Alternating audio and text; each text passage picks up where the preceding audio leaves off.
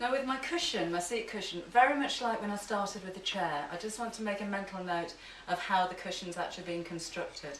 And with this one, this is one piece of fabric with a seam around here that goes across the front, underneath, over the back, and then it's joined onto that black fabric again. That's only used because it's cheaper. You don't see it, that's underneath the seat. But maybe you want to turn the cushion over if it gets dirty. So I'm going to take my one piece of fabric and go all the way around, across the back and around this section here. And again, just like with the chair, I'm going to cut the pattern from my cushion cover here. So this comes off. Could reuse the zip actually as well if you wanted to, although this black zip wouldn't look too good on my white sofa. You can't get on here, I'm on here.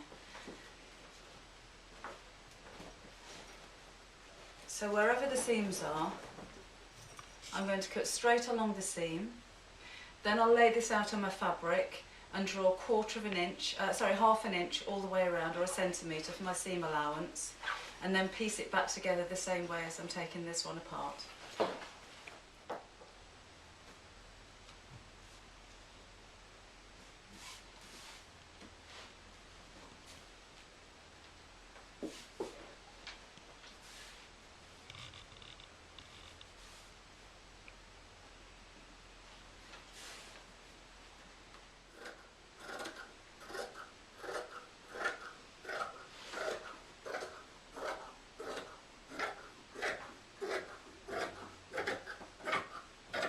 So this is where I'm with it at the moment. So that's my one long piece of fabric that's going to go all the way around the cushion like so. Then I've got two side sections. Again, remember to cut about a centimetre or half an inch around the edge to allow for your seam allowance. And these two sections go here at the side, so I've got two of those. And then the final piece is the piece that goes around the back where the zip's going to go. Now when you cut that panel out, just remember to cut it a little bit wider. So these three pieces will effectively all join together. But this needs to be wider because you're going to put a zip down the centre. So I've cut that about 2 inches wider. You can always cut this down afterwards. I'm going to fold it in half. Cut straight down the centre here.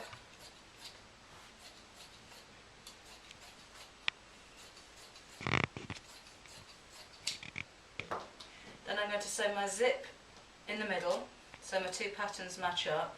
And if it is still a little bit wider than these sections, then I'll simply trim that down afterwards.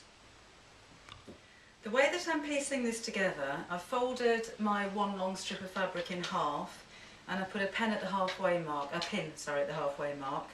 and did the same with my oval end pieces, halfway mark, and then pinned those together, and started sewing from the bottom of the oval upwards, so I know that both of my side panels are going to sit perfectly symmetrical. And I've left a little bit at the end for joining. I'll put this on the cushion pad and show you how it's fitting so far, because I think it's quite important to keep doing this, kind of fitting as you go along, because then if you do make any mistakes, you can rectify them before you get to the end. No, there's no room. Go on, off you go. Go on. So that should fit nice and neatly, but if it's a little bit too big, then now's the time that I can actually take it in a little bit more.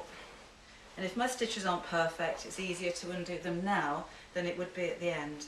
And again, I want that to fit nice and tight and snug, and that's exactly what it's doing. So that's my cushion so far. Where the zip goes around the back, now I've put a red zip in mine because it's the only colour I'd got. This is where I cut my fabric a little bit wider, and the way that I fitted the zip was to sew. Remember, I cut the long piece of fabric in half. I then sewed it back together again, but I left a long stitch, like a tacking stitch. Come on then. Come on now. It's only small. Then I've stitched the zip while the seam is still in place to the back. And then when I've sewn all the way around the zip, I'm going to take my quick unpick and just simply, from the seam allowance, not right up to the end, snip through the stitches, making sure I don't cut through the fabric, just through the stitches on the other side, and expose the zip underneath.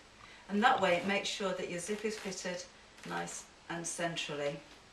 So also I've got lots of little threads I'll need to unpick, and there's my slider, and there's my zip, and it's concealed so it fits nicely inside. So when I've picked off all my loose threads, I'll need to make sure that this piece of fabric is the same width as the existing fabric, so that will need trimming down on the sides a little bit. And then I'm going to start sewing from the centre at the back here. So I'll fold this piece in half and pin it, fold this piece in half and pin it, and start from the centre outwards. And that means when I start from the centre at the top and at the bottom, take the stitches down to the end, then I can join these two end pieces together, and I know I've got a perfect fit to my cushion.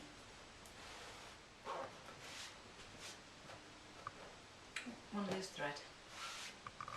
So that's my cushion finished, and because I've put the fabric on both sides instead of just one like it was previously, I can actually turn the cushion over in between washes if I need to, and it's nice and snugly inside the chair. So I think you'll agree from where I started, which was quite a dull, dark red plain chair, which actually didn't cost very much at all. It looks really designer and very expensive. Maybe I should resell that.